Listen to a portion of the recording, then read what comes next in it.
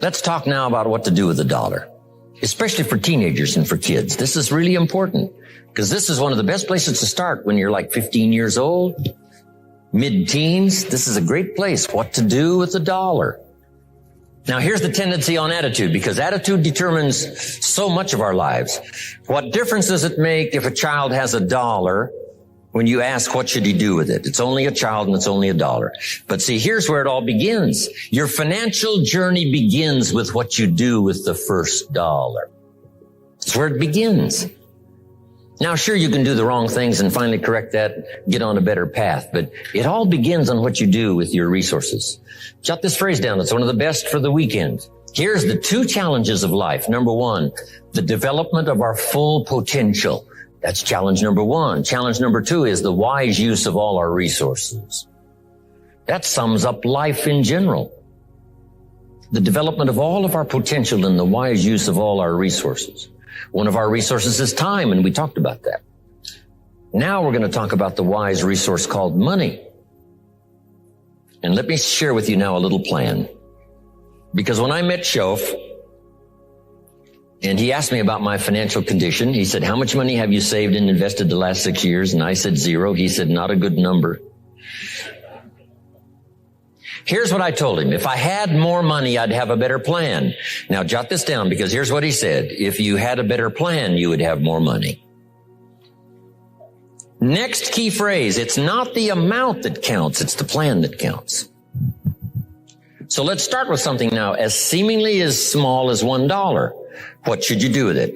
Here's what we teach, teenagers especially. You should never spend more than 70 cents. Never spend more than 70 cents of each dollar you earn, or each dollar that comes your way, by gift or by labor. Now, you've got to have some plan what to do with your dollar. I've developed this little plan simply for suggestion, and then you've got to do the rest to revise it and do whatever you want to with it. But here's what I teach. Never spend more than 70 cents. You got to pick something, some number. This is the best one I could figure out. Now we've got another 10 cents and another 10 cents and another 10 cents, which is the 30 plus the 70, which is the full dollar.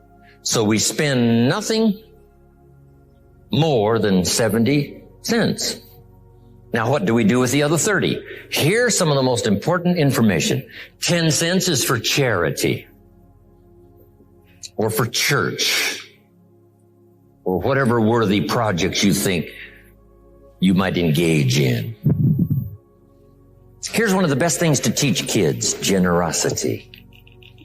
Because first we're going to teach abundance, to provide more than you could use for yourself. The be fruitful philosophy that means to produce more than you need, so you have more than necessity. You have some to share. Some churches teach a 10%, a tithe they call it, which is fine. The key is to either administer this 10 cents yourself or to give it to some institution, a church or whatever, and let them spread it around. Let them put it where it's needed. Now, if you're going to give to some charity or church, you must let them take you on the tour and show you where it goes. Okay, if you part with the money, let them give you the tour. Here's where the 10% goes if you're going to tithe. Because now that gives you great joy to give 10%. Because you say, hey, here's what it's doing, here's what it's doing, here's where it's going, here's who gets it. Now, the next 10 cents is called the use of capital. Let me give you now my definition of capital and capitalism. It's just in a couple of sentences. Because Marx was wrong. Lenin was wrong. They didn't understand capitalism. Here's what they taught. Capitalism is a big company that abuses its workers. I mean, how ridiculous can you be? Anybody can abuse another person. We don't call it capitalism. One child can abuse another child. We don't call it capitalism. One family can abuse another family. We don't call it capitalism. People can abuse other people. That's no. So whether it's a big company, it's wrong no matter what it is. But they said, no, that's capitalism. A big company that abuses its workers. That's ridiculous. Wish I'd have been back there to debate the subject. Here's what capital and capitalism is. So jot this down. Capital is any value you set aside to be invested in an enterprise that brings value to the marketplace, hoping to make a profit. That's what capital and capitalism is. I can say it in one sentence. Capital is any value you set aside to be invested in an enterprise that brings value to the marketplace, hoping to make a profit. Now, the capital is the value you set aside. Taking capital and investing it in an enterprise and bringing the value to the marketplace, we call capitalism. Capital and capitalism. It is so simple that to mess it up with some weirdo kind of philosophy is a disgrace. Now, who can understand this? First of all, the farmers understand it. Here's what seed corn is. It's capital. It's seed corn means the seed that you set aside to be planted in the ground, take care of in the summer, hoping to have a profit and a harvest in the fall.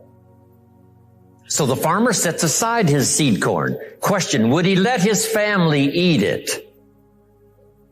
No, this seed is not to be eaten. It's to be invested in the ground, to take a risk, cared for in the summer, harvested and multiplied in the fall. That's it. Now, the same is true of some of your money. If you set aside, and I suggest, part of your capital should be set aside for an enterprise to show a profit. And we can teach kids the early fundamentals of capitalism. If a child buys a bottle of soap for $2 and sells it for $3, maybe he goes next door and says, Ms. Brown, I've got this soap. Mama uses it. It's really terrific. I need to make a little extra money. If you bought the soap, I could make a little extra money. It's only $3. And I'm here just next door. I take care of you when you run out. Pretty simple. Ms. Brown says, well, to be honest with you, I've got plenty of soap. Kid says, you better let me come in and check.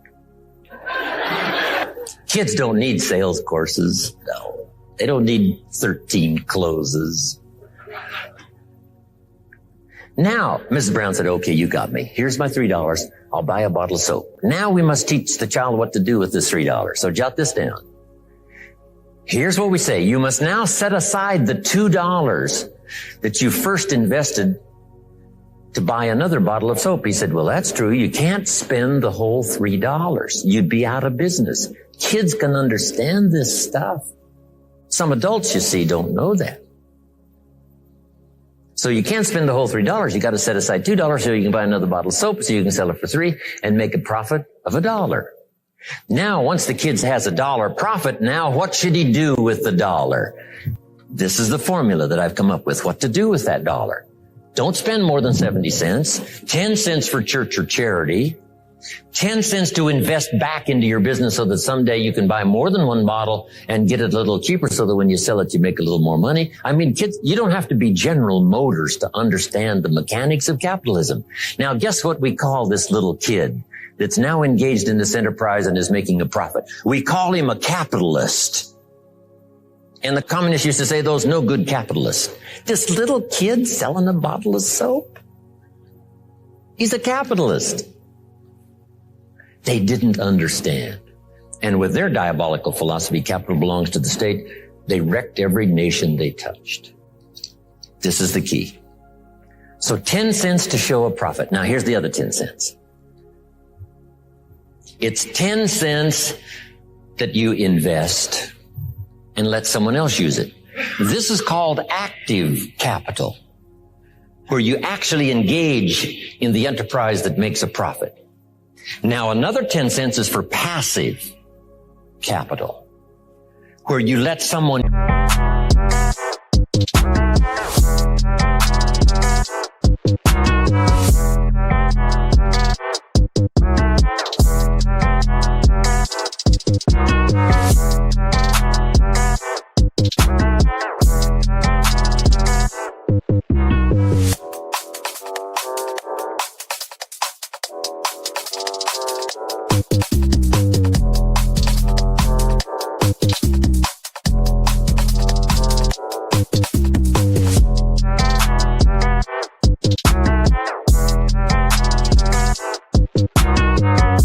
use this 10 cents out of every dollar. You put it in a bank that pays interest. They use it and they pay you for the use of this money. That's called passive capital. So we've got active capital and passive capital. Maybe you invest this in a stock eventually if you have enough money, and the stock pays you dividends. And also there may be an increase in the value of the stock. So this is the little formula I come up with. 70, 10, 10, and 10. It's very simple. And kids can figure it out. Kids can understand it.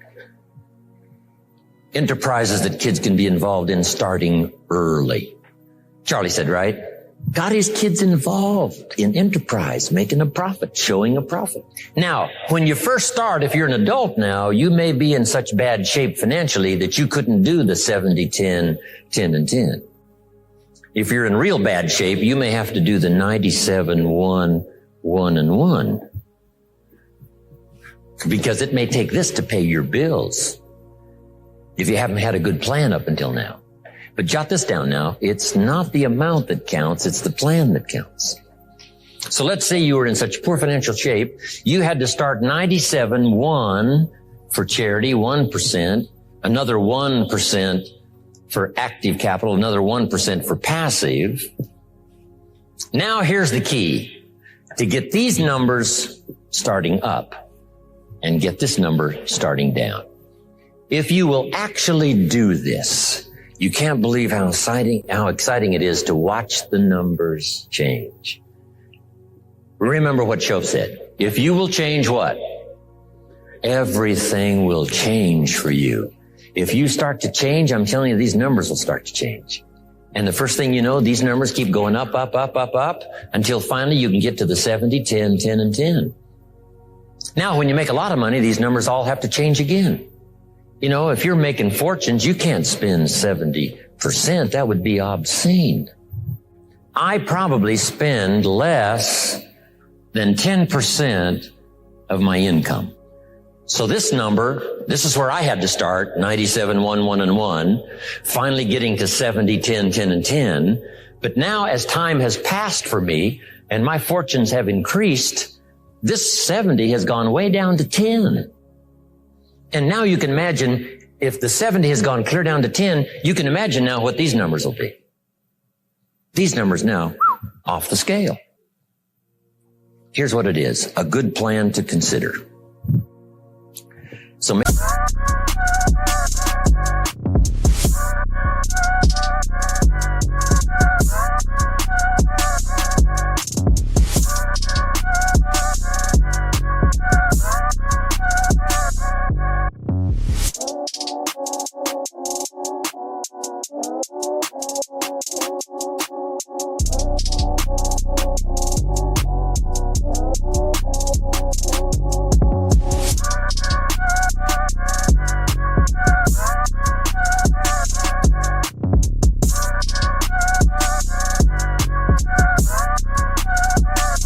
this note. It's your life and it's your future and it's your economics. This is just a suggested plan.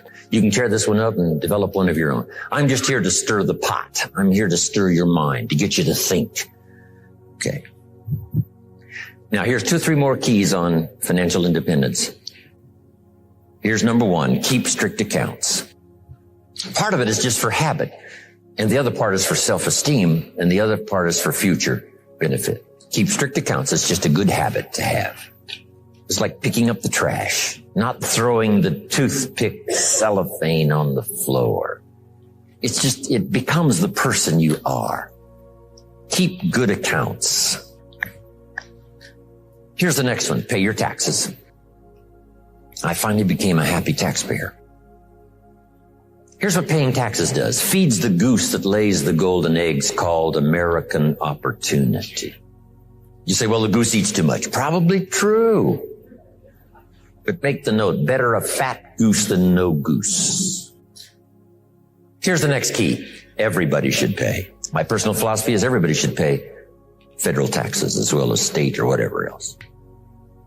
It's not wise for the government to let 1/3 of American citizens off the federal tax rolls. Why? Because that robs them. Appreciate that. Looks like I could run for office here. Here's what it does. If you let them off the federal tax rolls, it robs them of the dignity. They have to pay state taxes. They have to pay sales tax. I've been trying to write this book for so long called, Of Course Kids Should Pay Taxes. When a kid in California walks into 7-Eleven and buys something that costs $1,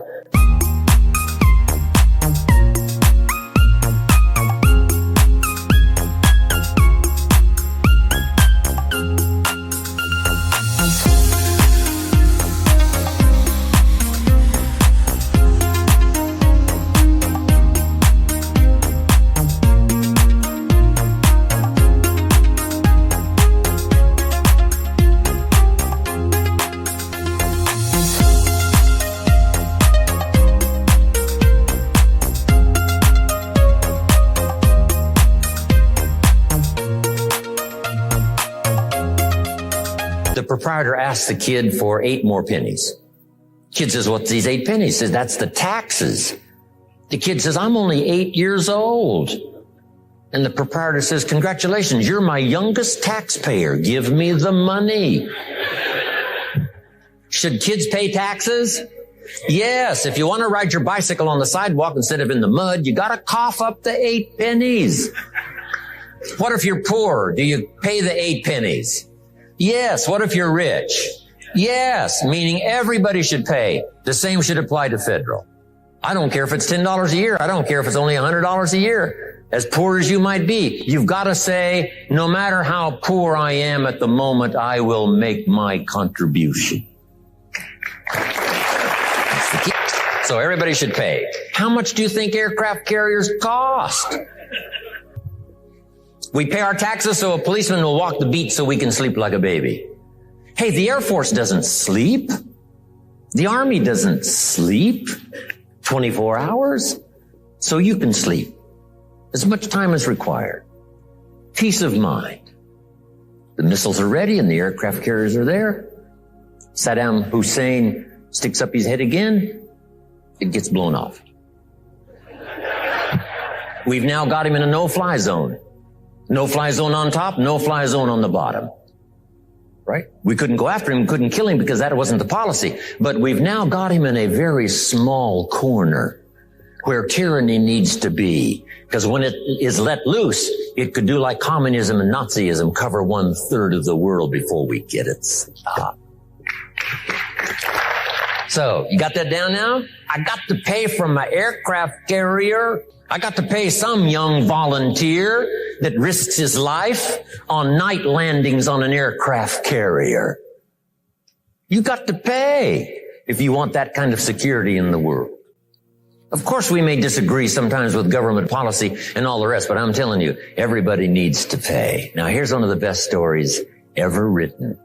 According to the record, Jesus and his disciples one day were at the synagogue, and on this occasion, they had an interesting project, and that was to stand outside the synagogue as people started coming in, putting money in the treasury of the synagogue. And as Jesus and his disciples stood outside watching the people come by, putting their money in the treasury, it said, some came with large amounts, put them in the treasury. It said some came by with modest amounts, some came by with small amounts.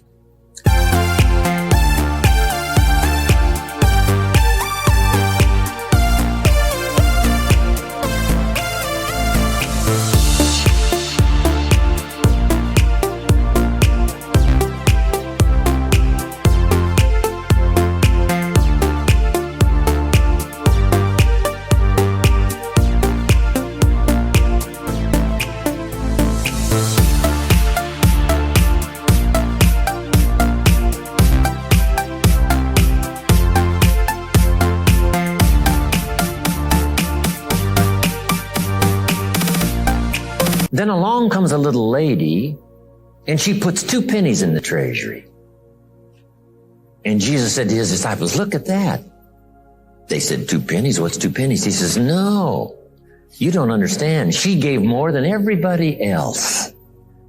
They said, 2 pennies is more than everybody else? He said, yes. because I'm positive her 2 pennies represented most of what she had. So since she gave most of what she had, she gave the most. Now here's what did not occur in the story. I'm so brilliant, I can give you what the author left out. Here's what did not occur. When the little lady put her 2 pennies in the treasury and walked away, here's what didn't occur. Jesus didn't run after this little lady and said, hold it, little lady. My disciples and I have decided that you're so pitiful and you're so poor. We have decided to take the 2 pennies out of the treasury and give them back to you. I'm telling you, that did not occur. If it would have occurred, she would have been what? Insulted. Hey, it was only 2 pennies, but it was most of what I had. Would you rob me of the joy of giving my 2 pennies? So that scene did not occur. So jot this down. Jesus left her 2 pennies in the treasury, even though she was poor. What does that mean? Everybody needs to pay, even if it's only 2 pennies. Wow. Great story.